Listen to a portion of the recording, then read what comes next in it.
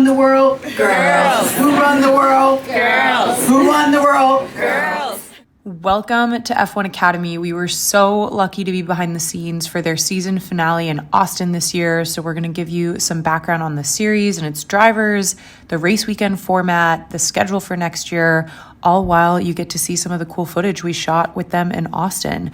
We also got to chat briefly with F1 Academy champion Marta Garcia and also Lena Buhler. So enjoy those and let us know any questions you have about F1 Academy or what else you'd like to see on the series.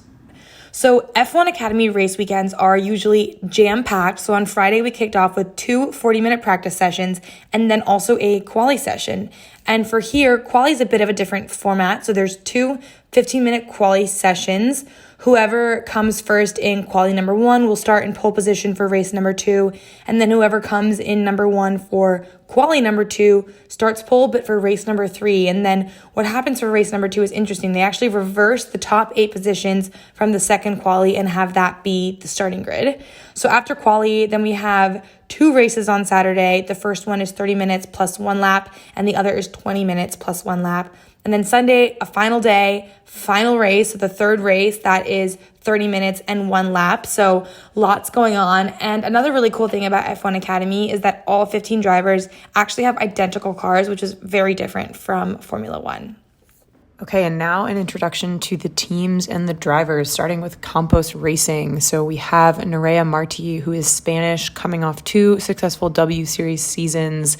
We have Lola Lovenfuss. She is French, came from Spanish F4. And we have Maite Caceres, who is Uruguayan and raced in the US F4 and USF Juniors, and also participated in the Formula Winter Series in Spain. Then we have MP Motorsport, which has the Al-Kubaisi sisters, Hamda and Amna. They are both from the UAE. Hamda's competed in the Italian and UAE F4 series, also took part in the women's FIA F3 test last season. Amna, the older sister who inspired Hamda to start racing, she's raced in Italian and UAE F4 and also the Formula Regional European Championships. Check out our interview with them that we linked in the description. It was so fun. They are the best. We have Emily de Hughes, who is Dutch. She also came from Spanish and UAE F4 and also the W Series. We interviewed her race engineer, Charlotte Phelps, which is also linked in the description. Such a fun conversation. And we have Art Grand Prix. This team is co-founded by Ferrari team principal Fred Vasseur. First up, we have Lena Buhler, who is Swiss. She was the first driver to be announced for F1 Academy when it launched, and she's driven in Spanish F4, Formula Regional European Championship by Alpine. We also got a chance to talk to her, which will be later in this video. And we have Carrie Schreiner, who's German. She most recently won the Nürburgring 24 hours in her class in 2021, so that is pretty insane. We have Chloe Grant from Scotland. This is her first international competition, which is very cool.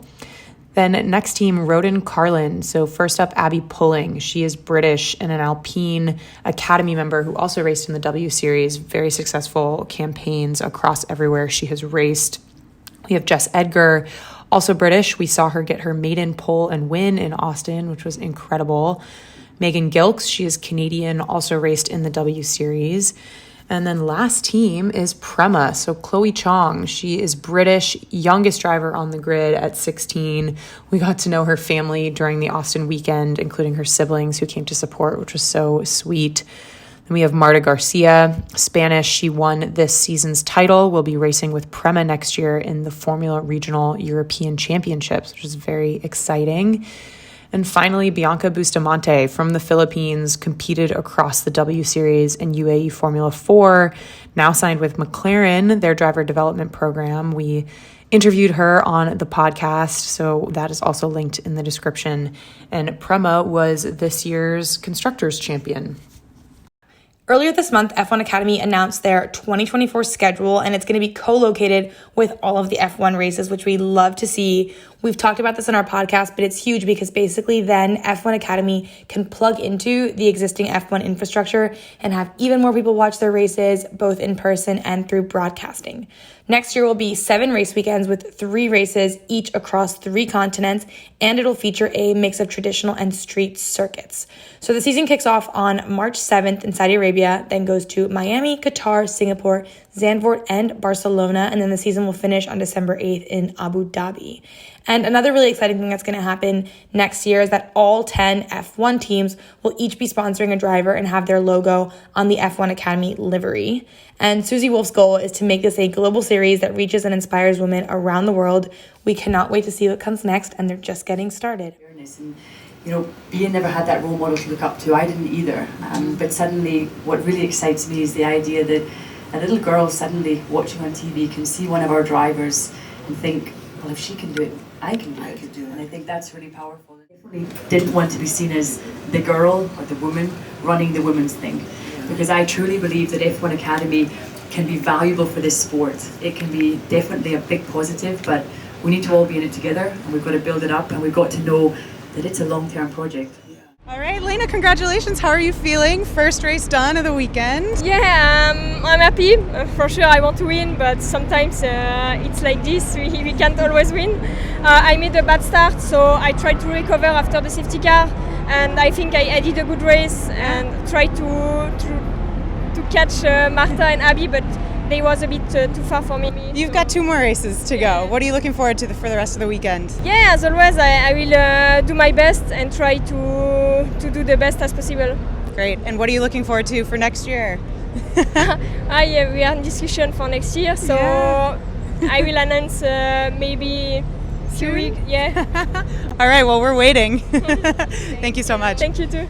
Talking to the first ever F1 Academy champion, how does that feel? Feels great, feels amazing, obviously. I was really emotional after that. All the hard work, the sacrifice during all these years, it's paying, like right now.